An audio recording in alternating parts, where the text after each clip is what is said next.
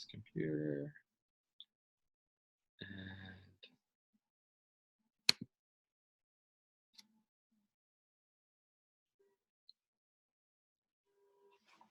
hey everybody, welcome to our virtual exhibition tour for At Home in the Game from Layup Youth Basketball.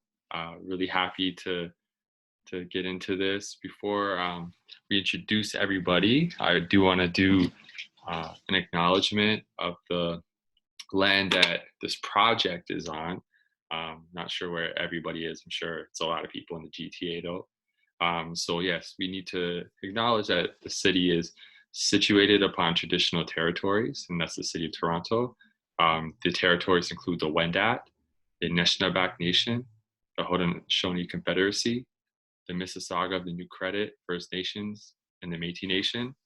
Toronto is still the home to many Indigenous people from across Turtle Island, and we are grateful to have the opportunity to work in the community on their territory. And just to add to that, I think it's really important that we all are aware of the treaties, that we are aware of the knowledge in the land. There was a conversation that a professor, Dr.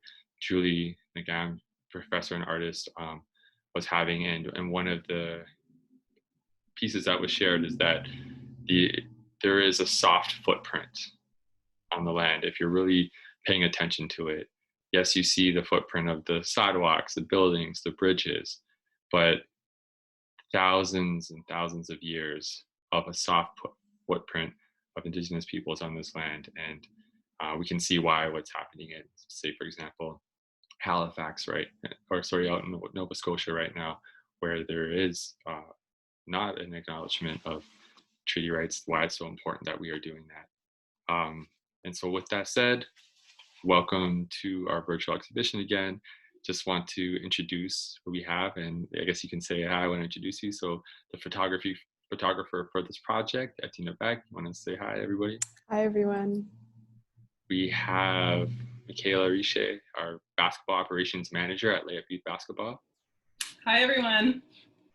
And then we have Amaja. You want to say what's up to everyone, Amaja? And we have Sarah. Want to say hi?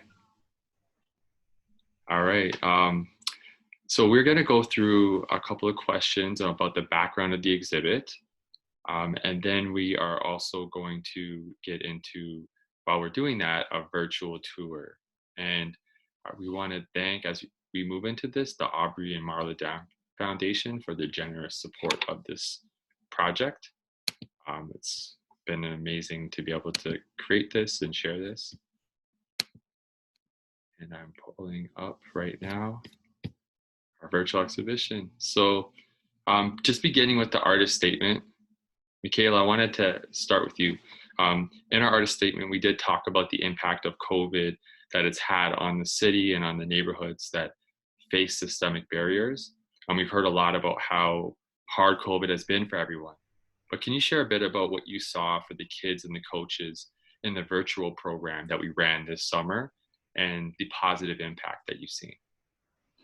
Yeah, so starting with the kids, I think they were really surprised that we were offering programming and that we were going to be doing it virtually.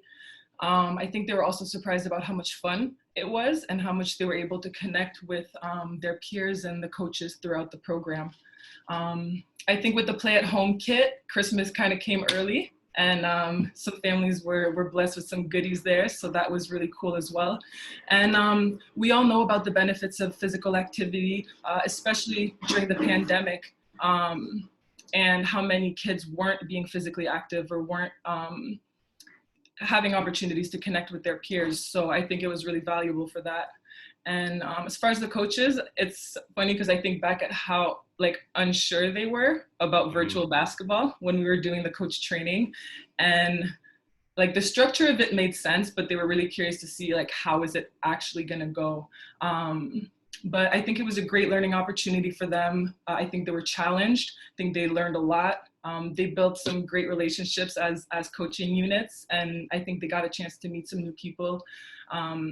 I think it was really rewarding for them to pour into the kids throughout this time. And I think also just having some consistency for those 8 weeks with the structure of our program and having to give outside themselves was really beneficial, both mentally and emotionally, psychologically during this time.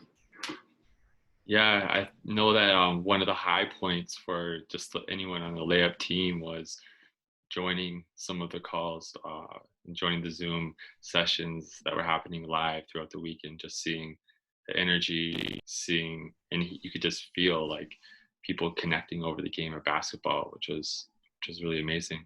Mhm. Um, FT, you went out to 12 to shoot 12 different portraits through communities throughout Toronto, Mhm. and spent some time with amazing layup participants. But before we go into some of that background, in your artist statement, you pose a question that you wanted people Yes. to hold in their minds, and I think it's a really important question that people that are right now on this conversation that we're having now, and joining us on this virtual tour of the exhibit, could think about. So, I wanted to offer some space for you to share that. Yeah, I think while I was taking the portraits and as they were coming together and I was looking at them on my computer, I wondered how this work as a whole might inform our understanding of Toronto as a city and the communities that comprise it. I know the neighborhoods that Layup has served are often depicted in a negative way, and this work positions the youth in their neighborhoods in a very positive way, and it shows the diversity, the strength, and the resilience and the optimism of the young people in those neighborhoods. And I really wanted the viewer to challenge those misconceptions as they were going through the exhibition, and I hope they really did that as they were going through it. The photos and the audio that adds so much to the images. hmm I think I saw on your stories, FT, that there was somebody who had been listening to your interview that you did on CBC Metro Morning about the exhibit, and then had checked out the exhibit, but the comment was something along the lines of like feeling so happy to hear her community spoken about in a positive way, where a lot of the stories and a lot of the news, especially around COVID, has been so negative. Oh, absolutely. You need, I mean, and that's what LAIP is doing. LAIP is uplifting those communities, and you need to shed light, a different kind of light on those communities, because there's a lot of young people that are coming up that don't have the knowledge and the background of the space that they're in yet, but those misconceptions are already being placed on them as young people because of where they are. So, yeah. Amaja, Sarah, I have a question for both of you. So you were both amazing participants, as part of the Layup Summer Virtual Program. Your coaches and teammates loved having you there every day. Um, but I wanted to find out, why did you say yes to this portrait project, to having us have an FD come out and see you and do a portrait? And how did you feel when you saw the image? Sarah, do you want to go first? Sure. Um, I did the photo because um, I thought it'd be cool to have a photo shoot, I guess. hmm Yeah. Wait, what was the other question? And how did you feel when you actually saw the outcome of your photo shoot? Um, I really liked the photos. I thought they were worse than they were, but they were really good. Yeah, they were amazing, and we'll get to see them in a bit. I think a lot of people always feel that I've seen memes where the photos that the photographer loves of a person, and then the ones that the subject of the photo like, is always like They quite just different. So don't see eye to eye. yeah, it's very rare.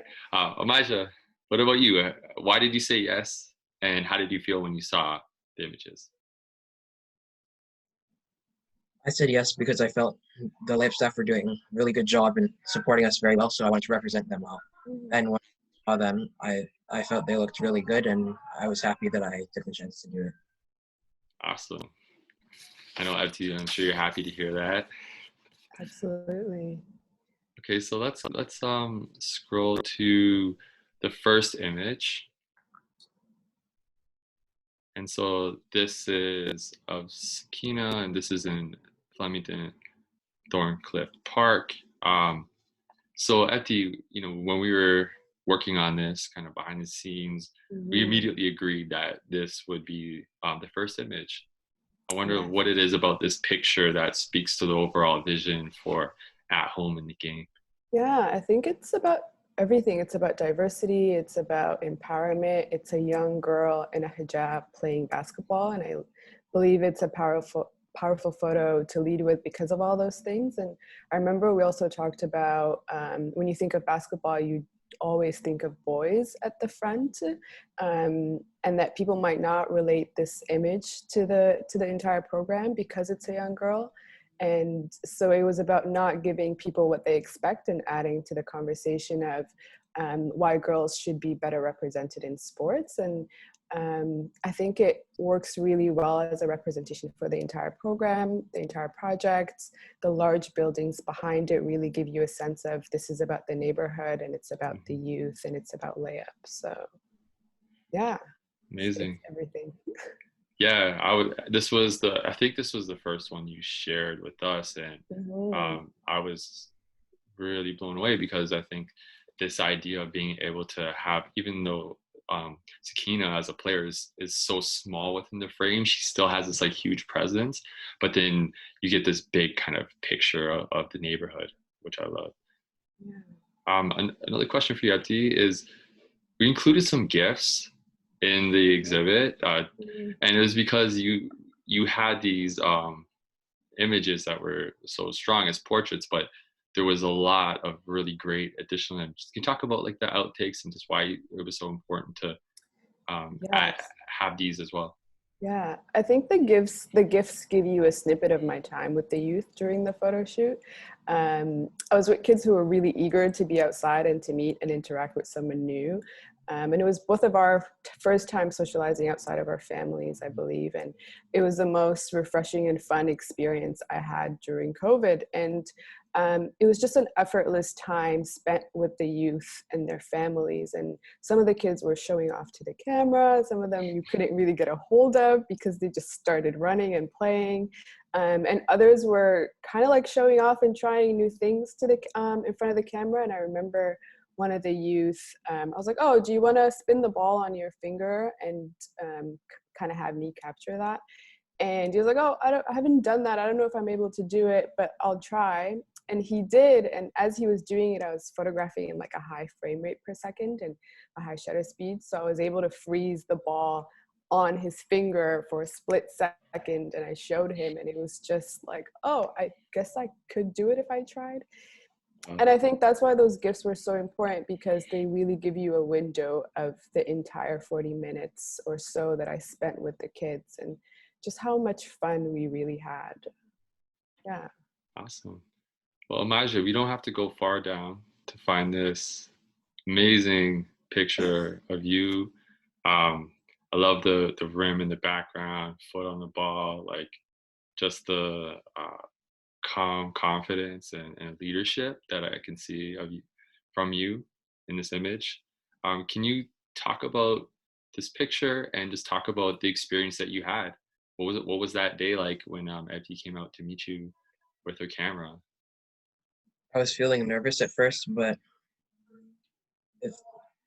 after a while, it calmed down. It's a safe spot in my own neighborhood. Just taking some pictures, so took it and came out nice. I enjoyed the experience. Was there anything awkward about it at first, like in terms of, getting direction and, oh, can you stand here? Or no. Another question I have on that is, were you aware of how it was gonna look? Like, I guess when you see this, what was your imagination of what the images are gonna look like? This looks so incredible and so broad. I wasn't expecting them to come out this good. not because of Efti, but because because of me. What was your I guess there was there doubt, or you just weren't, like, what do you mean by that when you say because of you? Because I was just like a little bit nervous. I was thinking I was gonna mess up this pose or something. Yeah, So, and Elijah had his father behind, kind of like cheering him on, and it was the most just like, it was just us three, and he was quite nervous at first, but I think throughout the photo shoot you loosened up. Am I right? Mhm. Yeah, it's awkward. I remember the first time sitting for portraits, feeling like so strange. I don't know why, but it's like your legs can feel heavy and your hands feel awkward. It's like, where do I put these things? I don't know where they go. Did you have any of that? Yeah, a little bit, but Abby told me what to do very thoroughly, and it was easy to understand. Well, I don't see a shred of nervousness, but I think that's one of the things about leadership is that it's not about being a leader is not about the fact that you'll never be nervous. It's that you push forward even Absolutely. when despite feeling nervous, and that's what you did, and you showed great leadership. So thank you for this. All right, and then we go to Sarah. Um, if you can also, Sarah, share a little bit about where we are in this photo and what your experience with EPTI was like. In the photo, I was in front of my building, and I think this was the first photo, I think. Yeah, and before I was a little bit nervous, didn't know what to expect, so I was a bit tense, and I didn't know, I was kind of shaking a little bit. So my smiles were a little bit crooked and stuff. So I was really nervous. Well, I didn't think your smile was crooked. I thought you looked great. It's one of those things where we can be so conscious or self-conscious. I wanted to also share another set of images from your shoot. Can you tell us a little bit about the story behind this rim? Oh, so one day me and my sister went to like the Tim Hortons, which is basically across the parking lot, and we saw this hoop, and like we went there a couple times a week to shoot around. And then I think my mom said um, we should go here and do some photos, yeah, or something like that. And when did you start going out here? Was it like when things kind of got locked down and no one was really going outside? Yeah, I think it was May, probably June. I started going there, but then I would go there now, but like I think the hoop's down now. So I think the basketball hoop was placed in a parking space, like in a parking lot, right, Sarah? Yeah. And we thought that was really interesting that someone decided to bring in a basketball net that they probably owned and put it out there for the community. Because there was also a golf net, right? Yeah, I think there was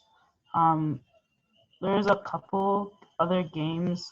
There was one with a ball with a string where you hit it. There was a hockey net and other stuff like that in the parking lot. Was there a lot of other kids that were like using all of those things, or or do you find it just you and your sister out there, or? I think we saw one other person use it, but I don't really know because we used it. I really thought we only used it that much. So yeah. Nice. I know I see kids on my street, and there's a bunch of basketball nets around the area, and it was tough when some of the rims got either taken down or the city had put wood over some of them, so that people wouldn't play there. So it's nice to see that rim was available, and I'm sure there's lots of stories like that throughout the city. But that's a cool one. Thank you for sharing that. We are going to go to one of the features of the exhibit, which is the audio. So shout out all of our coaches, our layup coaches, who did these amazing interviews with our layup participants. So everyone that had a portrait done also did an interview, and then we kind of cut those clips down a little bit so that you can hear kind of what their experience was and their voice. So I'm going to play this little clip from Price while I grab my charger.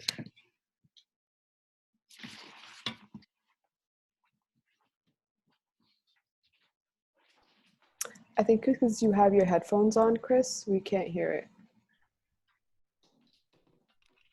And he probably can't hear us telling him that we can't hear it because of the headphones too.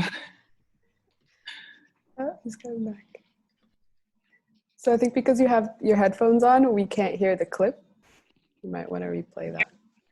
The one where you painted a picture was good. I usually don't paint, and she taught a lot of good skills in there.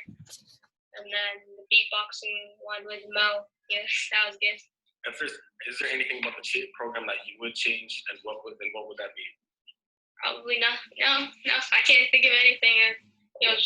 I can tell you guys put a lot of thought into it. It flowed really well. Yeah, well, I like seeing other kids, and I just wanted to have my camera on to make sure that you guys knew I was doing stuff right. Because I didn't want to be practicing something wrong the entire time, because that's not the way to do it. Well, no matter what sport you're playing, it's a good spot to go to. I mean, in basketball, there's a lot of wrist movements. There's a lot of activeness. You got to use footwork and stuff, and that can be used in a lot of sports, no matter what you play. Yeah, Michaela, my question right now is to you, because I know so much work went into the design from the ground up of a virtual curriculum, and then training and preparing the coaches for weeks to deliver it, and to hear Price say he wouldn't change anything about the program, and then additionally to say that he wanted his camera on so he get that feedback that to make sure he could do things right. I mean, that's like, words to melt a coach's heart. What are your thoughts on that?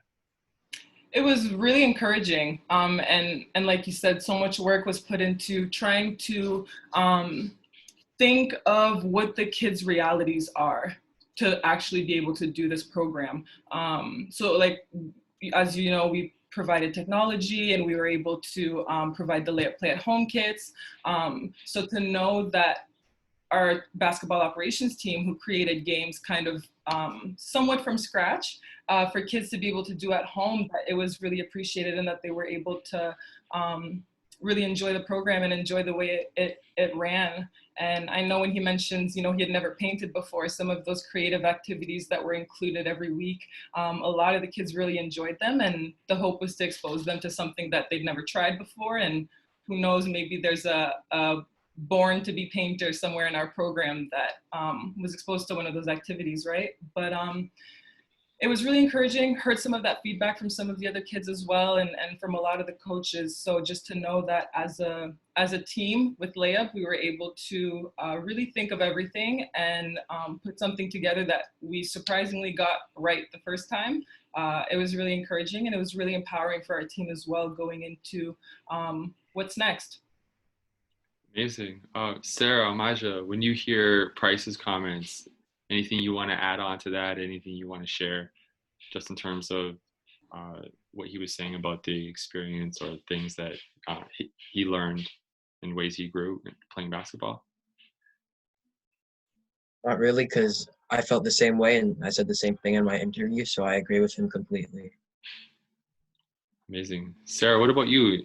I know playing basketball on the court is something you're passionate about, but how did you find your skills and just kind of your understanding of the game? Was it growing through this? Yes, it definitely was. I improved in defense and ball handling a lot for this program. And Sarah, what about you? I wouldn't change anything. And a skill that I did improve on was ball handling also, and focus. Mm-hmm. Amazing. Yeah, I need to work on my ball handling. Maybe I should have done the program. I feel like I had such better handles when I was 15 years ago. I think something that Price mentioned too that was intentional in how we built the program was how the skills translated to other sports. And that was a lot of the activities that we did do were focused on those fundamental movement and fundamental sports skills, with the hopes that it would just build that physical literacy in kids and encourage them to try new things and to try new sports. And from hand-eye coordination to balance to, yeah, the ball handling, as simple as that. So it was good. Amazing. FT, one of the dimensions of this at home in the game exhibit is the role of like siblings and family. That when you look through it, you know, not knowing the individuals or not being on site with you when you were creating the images, people might not realize that. But for example, we have Emmanuel here, beautiful image, and then we have Nisia here, siblings, and there's a couple of examples where there's siblings throughout the exhibit. Can you just talk about that dimension of it, seeing siblings and just overall the family involvement in these shoots? Yeah, I mean, I know Layup has already had really involved the families in bringing this program home, just setting them up onto how to use online and helping them out with the process. So I know Layup has already done that part where they've involved the family throughout. And I think the parents got to see really firsthand how this program has impacted their kids, and it also impacted them as well. I mean, the kids' physical and mental and emotional well-being has really been re-energized throughout this program, and I think that has impacted the parents in a positive way, and the siblings as well. That siblings dynamic has definitely shown throughout the photo shoots, and just the encouragement that they would have for one another, and just how playful they were. It really was all there. And going into the photo shoots, I thought that I would mainly be interacting with the youth, but I was 1,000% wrong. The parents were really there expressing their gratitude towards Layup and the program, and they treated me like I was a part of their family. And I guess because Layup has done that prior, and they have involved them, and Layup has become a part of their family. And I remember one of the families, once we finished with the photo shoot and I was heading out, the kids had like bags of candy that just like appeared from nowhere. And they gave me candy, and just to think that they took that moment prior to coming downstairs to think of giving me something to take home, just really was heartwarming. And then I realized that this is like bigger than just a program, that this is like an entire family being involved and impacted by what Layup has put together. So yeah, it's amazing. And I know every time you and I would speak after one of the photo shoots, you'd always be like glowing and just kind of like on cloud nine. Yeah, when I tell you, sorry, I cut you. Okay, no, that's all I was saying. Yeah, when I tell you this is one of the first projects that I do during COVID, it has definitely also shifted my mental health and well-being as well, interacting and seeing just how something like this can impact other people. And we always kind of neglect the mental well-being of youth and kids, but it's there. And I've experienced COVID and I've been hit hard by COVID, I can only imagine what they're experiencing. So yeah, being in that environment and coming back to check in with you and you seeing that excitement was all genuine. So. 100%. Amaja, Sarah, speaking of that, how are you both doing? And you don't have to say more than you feel like saying, but how are you doing seeing so much of what you're used to on pause or disrupted? I know, like, for example, you know, my son asked me a lot, he's 9, he asked me a lot, when's COVID going to be over? And I don't have an answer for him, you know, and so I wonder just, you know, how you are both doing and maybe any advice you have to other youth out there on how to take care of yourself through this time. Sarah, do you want to share? Or I've been Maja, you doing- go first? Go ahead.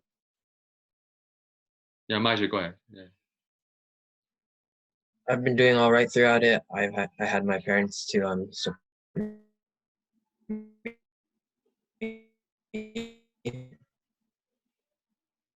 and better things to put your attention on to keep you happy, other than focusing on the negatives. Mhm. Yeah, mindset is huge. Sarah, what about you? I've been good. Like I try not to it's hard not to think about COVID, but I still try and do stuff just like physically distancing from people. Try not to interact with too much people at once. So that advice is like keep doing things, keep the distance, and keep it small. Yeah. Yeah, thank you. We're gonna play another piece of the audio um, from scrolling down. I mean, again, these are just some beautiful images that I invite everyone who is tuning in to take some time with, and I advise listening to them all. I do want to share as well that if you have any questions, just drop them in the chat, and when we get to a Q&A pretty soon, we can go through some of those questions. So yeah, feel free to throw any questions in the chat and let us know whether it's for everyone or if it's for someone specific. And so here is Amelia. As you can see, she's all over the place, including in her brother's photo at the bottom right, if you didn't notice that. Love that. And yeah, I'll pull my earphones so we can play her audio. I like to do the walnuts and do the grass and everything, and see all the kids in the class, and see the teachers and the coach. My favorite part with the program was doing the cardboard. They make us laugh too. It's fun. I think it's fun. And I wanted to learn basketball. I wanted to learn the spinning thing on the finger.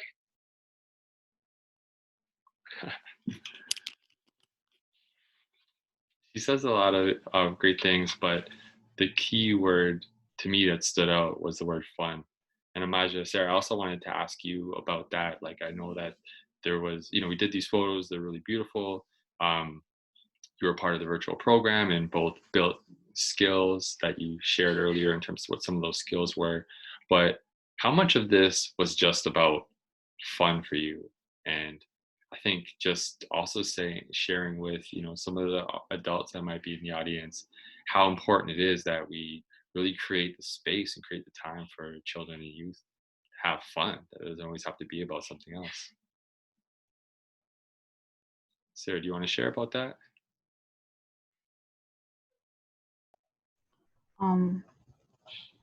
I liked it a lot. It was fun, but I like doing a lot of stuff. I like the challenges. I like the days where we did the dancing, the art.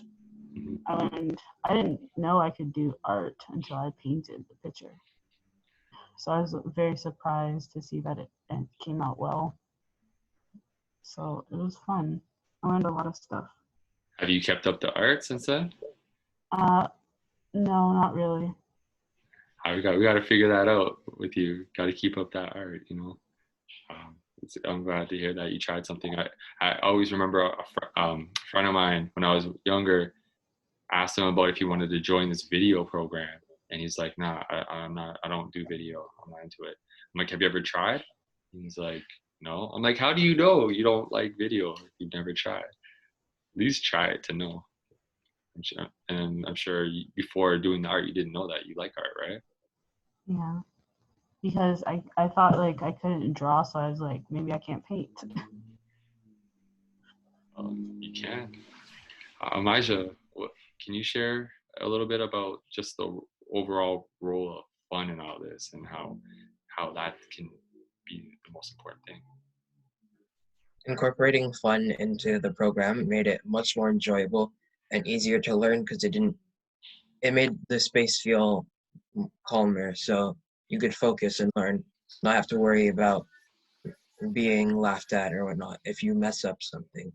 You knew that the coaches would help you, correct you, and kept everyone feeling happy during the. Amazing. Well, I have one last question before we go to any Q&A, and this is to everybody. So whoever wants to jump in, and this is to somebody that hasn't checked out At Home in the Game. So someone who's never seen this, doesn't know anything about it. What would you say to them about At Home in the Game, and what would you hope that they get from it once they check it out? Mikhail, you haven't said anything in a while. Let me call on you. Put you on the spot. I would tell them that it's a very unique way to present some of our research findings in a way, in terms of hearing the kids' perspective firsthand on how the program went. I would definitely encourage everyone to, wherever you are, whatever your experiences are, whatever your background is, your perspective of this project is gonna, I guess, give you a different impression based on your experiences, right? So I think it's just something that's so powerful, and hearing the voices of these kids under their pictures, speaking as well, just makes it so much more whole. I just think it's too powerful to not look through it and for it to not speak to you in an individual, unique way. Mm-hmm. I guess I'll add to that. I think there's something that people can take away in regards to what a holistic physical activity youth program looks like. I think you really need to meet these kids and learn about the communities. And I think it's something that we need during this time. I think everyone needs just some positivity and optimism. And I think that's what this entire program does. So yeah. Awesome. Sarah, what would you say to someone who hasn't checked this out about why they should check it out and what you would hope that they get from it? So I've actually told my friends about it, and then they're all like, "What? How did you do that?" And then I would tell them to try it. It's actually fun. You get to do a lot of stuff. It's just not with the people. It's very fun. It's enjoyable. Amazing. Amaja, what would you say about At Home in the Game? Why you would have? What would you? Or should someone check it out, and what do you hope that they would get from it?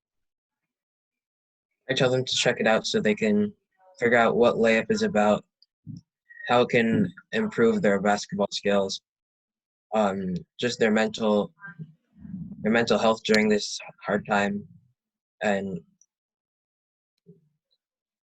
other things like for other sports. And I'd hope that they get from it how layup has improved all these kids and improved us in positive ways. Awesome.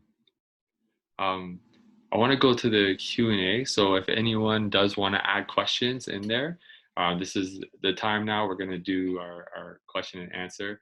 There's a question from Perry King, and this is a question to everybody. What makes basketball and this exhibit so special to you? Who wants to take that?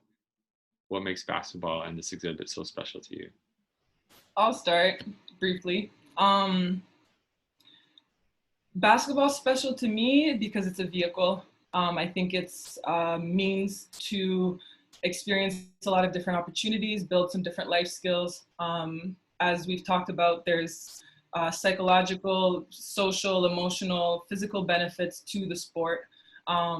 And I think this exhibit is, especially in this time in a pandemic, is a way to really illustrate the power that the sport does have to impact lives, and to do it in a way that's fun, where the kids are encouraged to keep up the physical activity and throughout their life, and also reap all of the benefits that that it brings to them. So basketball is a great vehicle for all of that.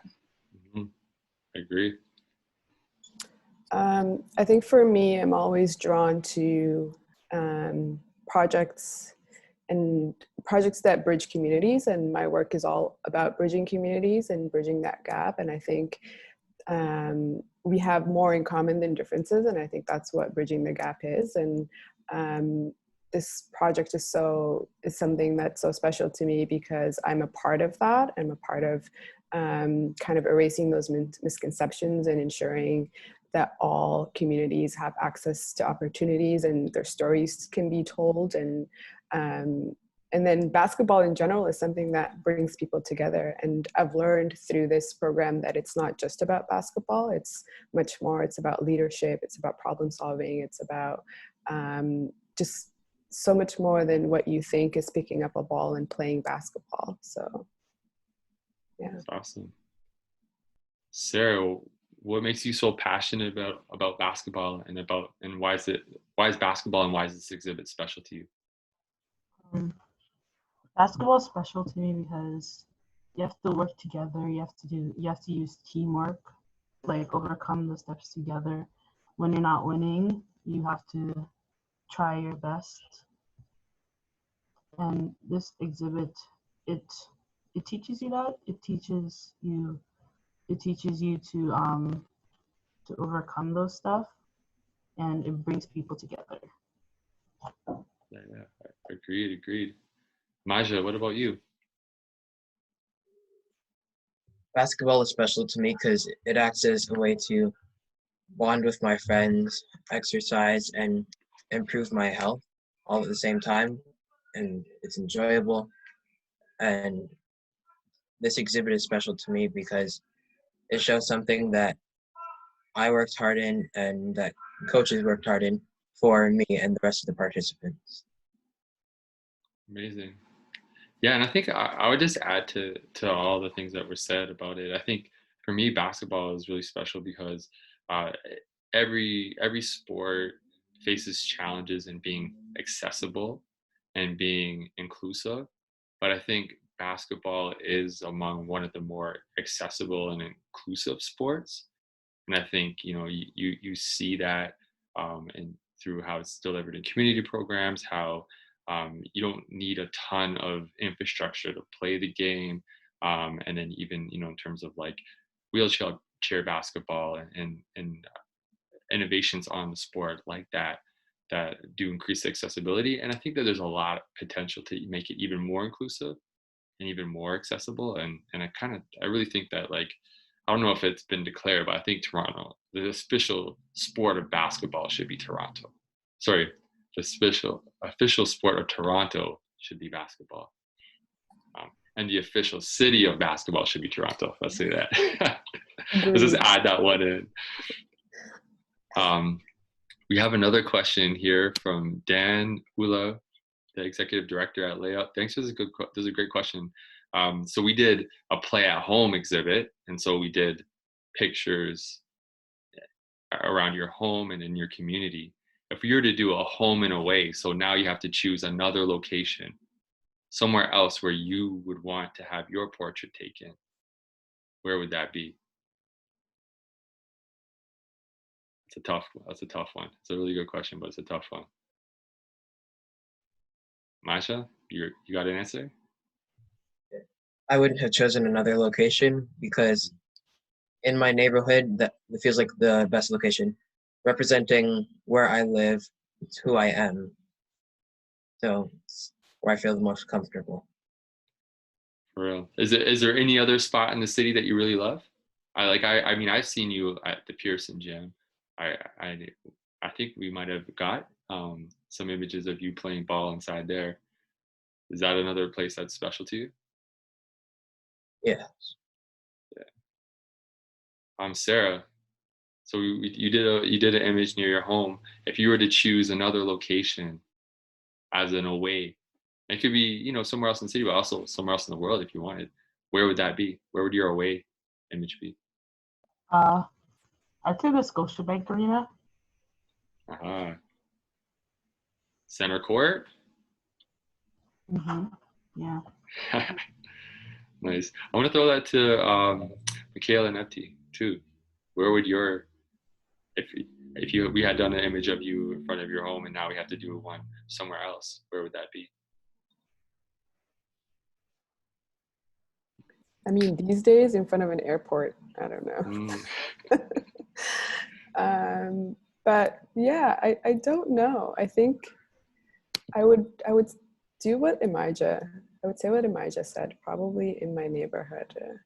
And then if not in my neighborhood, it would probably be in my home country, Sudan, somewhere. Amazing. I think I would do it at Frontenac Secondary School in Kingston, where I first really started playing basketball, where it all started. Okay, where those numbers started stacking up and you were doing damage. Yeah, I don't think everyone on the in this knows too your background in the game, but you know, you have a story. You tell Michaela. You want to share a little bit about the journey? Yeah, I'm moved around a lot growing up, but it really started in Kingston, where I think I was in like grades 5 to 9 maybe. And I was lucky enough to have really good coaches from a young age. Went to Louis Riel in Ottawa, where we were able to win an OFSA championship. I was able to play with the provincial team one summer with the national team. And I went to the University of Minnesota, where I played basketball for 4 years. I did 3 years at Kansas State University, where I was a grad assistant and helped on staff with literally everything. So I did 3 years there. And I went to Greece to play basketball for 1 year after that. And I also, when I came back to Canada, I was a national scout across the country, just helping girls find opportunity for basketball at the post-secondary level. And now I'm here. Wow. Amazing. Yeah, I thank you for sharing that, because I think that so much of your basketball journey is kind of the DNA of that has found its way into the way that we're doing our curriculum and our training and building our programming. And I think, you know, why people have felt, and like children and youth have felt so included and are really supported through it, is because that DNA from your journey is in there. So yeah, thank you for all that you bring to Layup. I just want to give one last offer for anyone who wants to drop something in the Q&A before we wrap up. And it looks like we'll go to closing words. So any final words? Anything that, I guess the question that I like to ask is there a question that I didn't ask that you would like to answer, or anything that's on your heart or mind about this project, about this conversation that you'd like to share? And no pressure if there's not, but I want to open that space.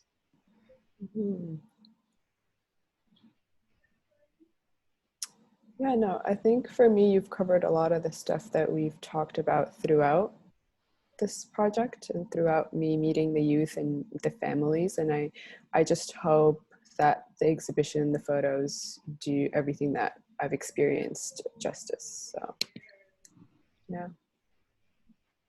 Maja, thank you, Abdi, for that. Maja, you were gonna say something as well? Yeah. I don't think that you missed anything. I just like to thank you for the opportunity to be a part of this. Oh, no, the thanks is to you, to Sarah, to everyone that was, all the Layup participants that were a part of this. It was phenomenal that you gave, you know, trusted us to show us the place that, you know, is most sacred to you, which is home, that we could bring that to life. Oh, we do have another question, but David Deliska, a great artist in the city.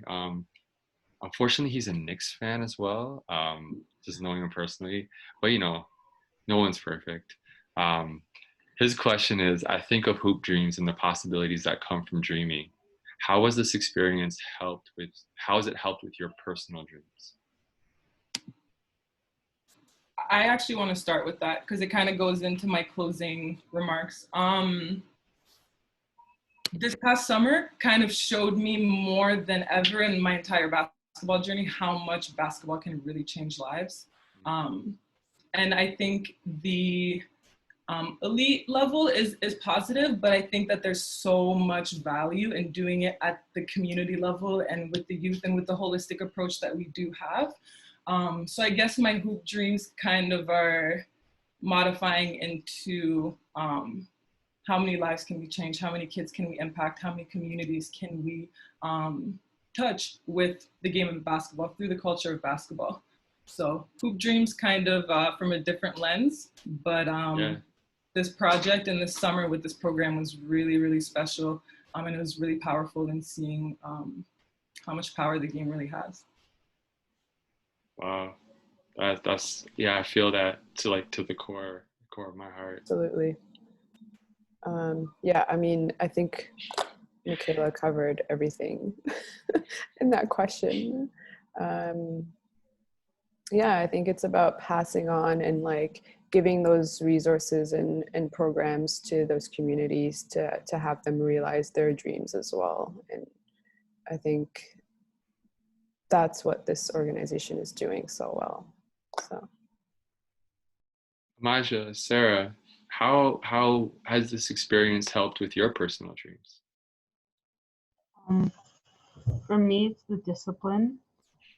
Like, because basketball takes a lot of hard work, training, and you have to put a lot of time into it. And with that, I feel like you can really do anything after that when you know how to discipline yourself like that. Mm-hmm.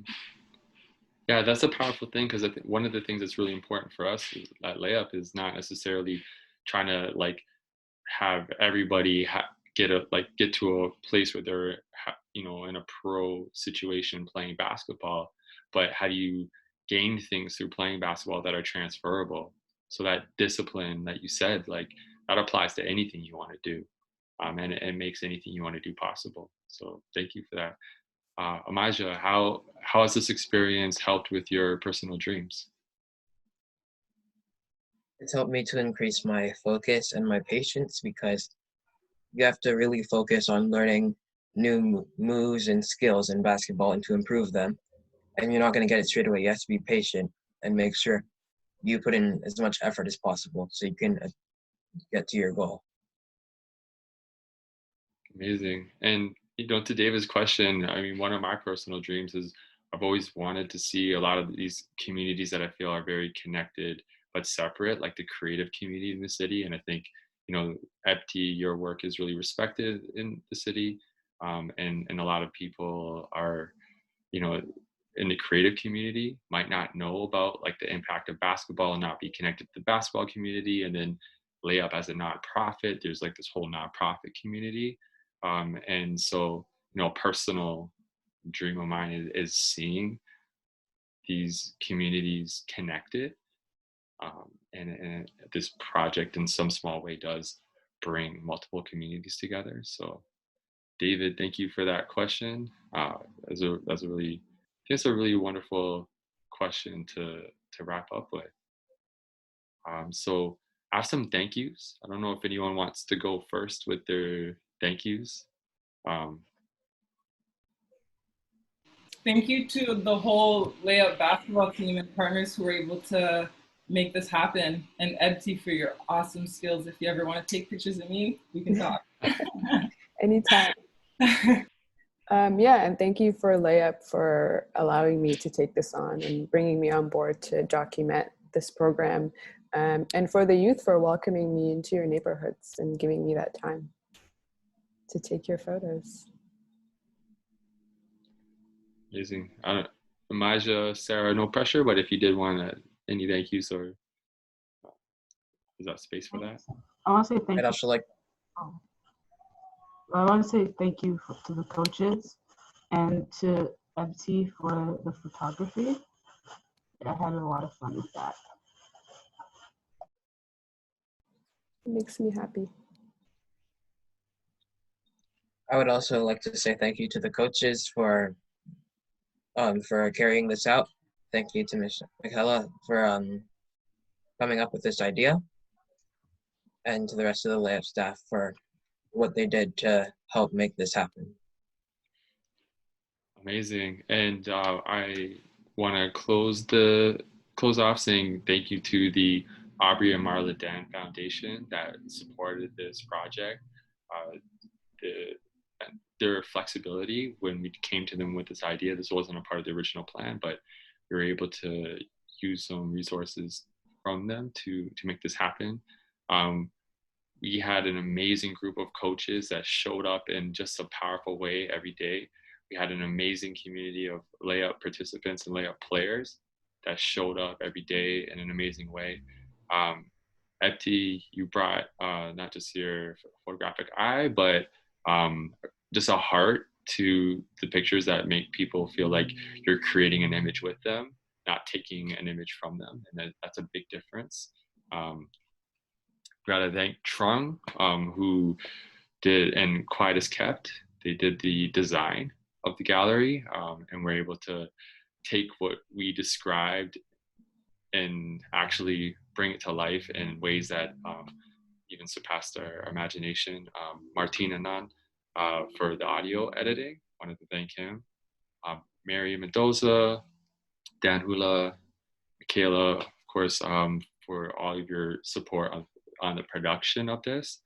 And yeah, our interviews, Collins, Mahal, Coach Matt, Coach Christiana, Coach CJ, Coach DJ, thank you for connecting with the players on a day-to-day basis that made them want to be a part of this. Thank you for doing the interviews with them that you and hear in the audio. And lastly, thank you to everybody in Toronto, everybody in GTA, all of the funders and partners that we have.